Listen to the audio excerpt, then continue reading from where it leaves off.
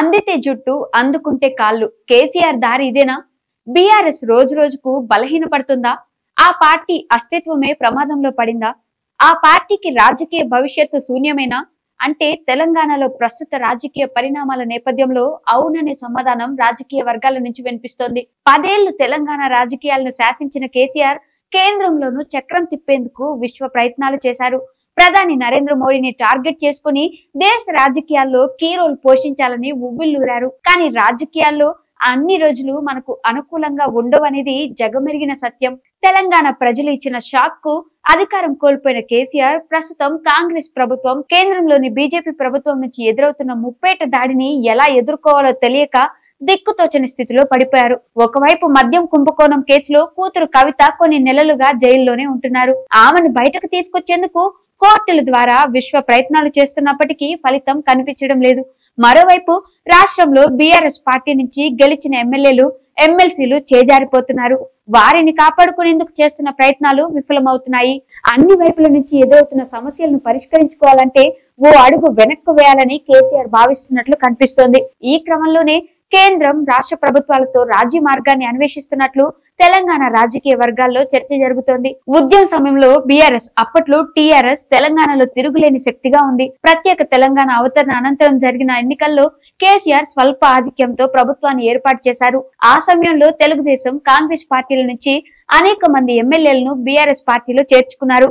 2018లో జరిగిన అసెంబ్లీ ఎన్నికల్లోనూ మరోసారి బీఆర్ఎస్ పార్టీ అధికారంలోకి వచ్చింది. రాష్ట్రంలో ప్రజలకు చాలా చేశాం, ఇక దేశ ప్రజలకు సేవ చేయాలన్న భావనకు వచ్చిన కేసీఆర్ కేంద్ర రాజకీయాలపై దృష్టి కేంద్రీకరించారు. ప్రధాని నరేంద్ర మోడీని టార్గెట్ గా చేసుకుని కేంద్రంలో ఎన్డీఏ, కాంగ్రెస్ వ్యతిరేక పార్టీలను కలుపుకుని చక్రం తిప్పాలని కేసీఆర్ విశ్వ ప్రయత్నాలు చేశారు. ఒకానొక సందర్భంలో కాబోయే ప్రధానమంత్రిని నేనే అంటూ కేసీఆర్ చెప్పడం దేశ రాజకీయాల్లో సంచలనంగా మారింది. కానీ సీన్ కట్ చేస్తే 2023 అసెంబ్లీ ఎన్నికల్లో తెలంగాణ ప్రజలు కేసీఆర్ కు బిగ్ షాక్ ఇచ్చారు. బీఆర్ఎస్ పార్టీని గద్దెదింపి కాంగ్రెస్ పార్టీకి పట్టం కట్టారు. అయితే పార్లమెంట్ ఎన్నికల్లో అత్యధిక స్థానాల్లో విజయం సాధిస్తే మళ్లీ రాజకీయంగా పుంజుకోవచ్చని భావించిన కేసీఆర్ కు తెలంగాణ ప్రజలు మరో బిగ్ షాక్ ఇచ్చారు. ఒక్క ఎంపీ స్థానంలోనూ ఆ పార్టీ అభ్యర్థులు విజయం సాధించలేకపోయారు. తెలంగాణలో కాంగ్రెస్ పార్టీ అధికారంలోకి రావటం, సీఎంగా రేవంత్ రెడ్డి బాధ్యతలు చేపట్టడంతో కేసీఆర్ కు కష్టాలు మొదలయ్యాయి. తెలంగాణలో 10 ఏళ్ల కాలంలో కేసీఆర్ ప్రభుత్వం హయాంలో జరిగిన అవినీతి అక్రమాలపై రేవంత్ రెడ్డి గురిపెట్టారు. కాళేశ్వరం ప్రాజెక్ట్, ఫోన్ ట్యాపింగ్ వ్యవహారంపై దృష్టి సారించిన రేవంత్ సర్కార్ కేసీఆర్ ను కటకటాల పాలు చేసేందుకు ప్రయత్నాలు చేస్తుంది. ఇదే సమయంలో బీఆర్ఎస్ పార్టీ నుంచి విజయం సాధించిన ఎమ్మెల్యేలు, ఎమ్మెల్సీలను రేవంత్ కాంగ్రెస్ పార్టీలోకి ఆహ్వానిస్తున్నారు. ఇప్పటికే కడియం శ్రీహరి, తెల్లం వెంకట్రావు, దానం నాగేందర్, పోచారం శ్రీనివాసరెడ్డి, డాక్టర్ సంజయ్ కుమార్, ప్రకాష్ గౌడ్ లాంటి నేతలు కాంగ్రెస్ పార్టీ తీర్థం పుచ్చుకున్నారు. మరో 10 మంది కాంగ్రెస్ పార్టీలో చేరేందుకు సిద్ధమవుతున్నారు. వీరిని కట్టడి చేసేందుకు కేసీఆర్, ఆయన తనయుడు కేటీఆర్ చేస్తున్న ప్రయత్నాలు ఎక్కడా ఫలితాన్ని ఇవ్వడం లేదు. దీంతో బీఆర్ఎస్ శ్రేణుల్లో రోజు రోజుకు ఆందోళన వ్యక్తమవుతుంది. ద్వితీయ శ్రేణి నేతలు సైతం భారీ సంఖ్యలో కాంగ్రెస్ పార్టీలో చేరిపోతున్నారు.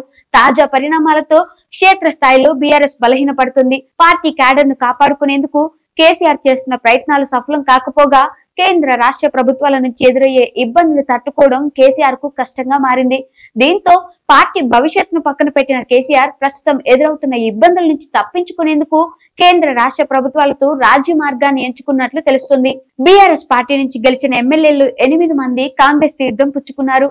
అసెంబ్లీలో బీఆర్ఎస్ కు విపక్ష హోదా లేకుండా చేయాలని సీఎం రేవంత్ రెడ్డి కంకణం కట్టుకున్నట్లు కనిపిస్తోంది. రేవంత్ రెడ్డి ఆగ్రహానికి అడ్డుకట్ట వేసేందుకు తనకు అనుకూలమైన కొందరు బీఆర్ఎస్ ఎమ్మెల్యేలను కేసీఆర్ కాంగ్రెస్ పార్టీలోకి వెళ్లాలని సూచించినట్లు తెలుస్తోంది. వారి ద్వారా కాంగ్రెస్ పెద్దలతో రాజీ కుదుర్చుకొని పలు కేసుల్లో విచారణ నుంచి బయటపడేందుకు కేసీఆర్ ప్రయత్నాలు చేస్తున్నట్లు సమాచారం. మరోవైపు కేంద్రంలోని బీజేపీని శాంతింపజేసేందుకు కేసీఆర్ ప్రయత్నాలు చేస్తున్నట్లు ఢిల్లీ రాజకీయ వర్గాల్లో చర్చ జరుగుతోంది. బీఆర్ఎస్ రాజ్యసభ పక్షం బీజేపీలో విలీనం అయ్యేందుకు ఏర్పాట్లు పూర్తయినట్లు సమాచారం. బీఆర్ఎస్ పార్టీకి ఉన్న 4 రాజ్యసభ సభ్యులు బీజేపీలో చేరబోతున్నట్లు విశ్వసనీయంగా తెలిసింది. 3 రాజ్యసభ సభ్యులు ఉపరాష్ట్రపతి, రాజ్యసభ చైర్మన్ జగదీప్ ధన్కర్ తో సమావేశమయ్యారని, ఆ సమావేశంలో విలీన అంశంపై చర్చలు జరిపారని ఢిల్లీ రాజకీయ వర్గాల్లో చర్చ జరుగుతోంది. రాజ్యసభలో బీజేపీకి బలం అవసరం, పూర్తి మెజార్టీ లేదు. అందుకే రాజ్యసభ ఎంపీలను విలీనం చేసుకోవాలన్న ఆలోచనకు కేంద్ర బీజేపీ పెద్దలు వచ్చినట్లుగా పరిశీలకులు విశ్లేషిస్తున్నారు. తద్వారా కవితను జైలు నుంచి బయటకు తీసుకురావడంతో పాటు కేంద్రం నుంచి ఎదురయ్యే ఇబ్బందుల నుంచి బయటపడొచ్చని కేసీఆర్ భావిస్తున్నారని అంటున్నారు. అన్ని అనుకున్నట్లు జరిగితే కేంద్ర రాష్ట్ర ప్రభుత్వాల టార్గెట్ నుంచి కేసీఆర్ ఆయన ఫ్యామిలీ కాస్త బయటపడినట్లేనని తెలంగాణ రాజకీయ వర్గాల్లో చర్చ జరుగుతుంది.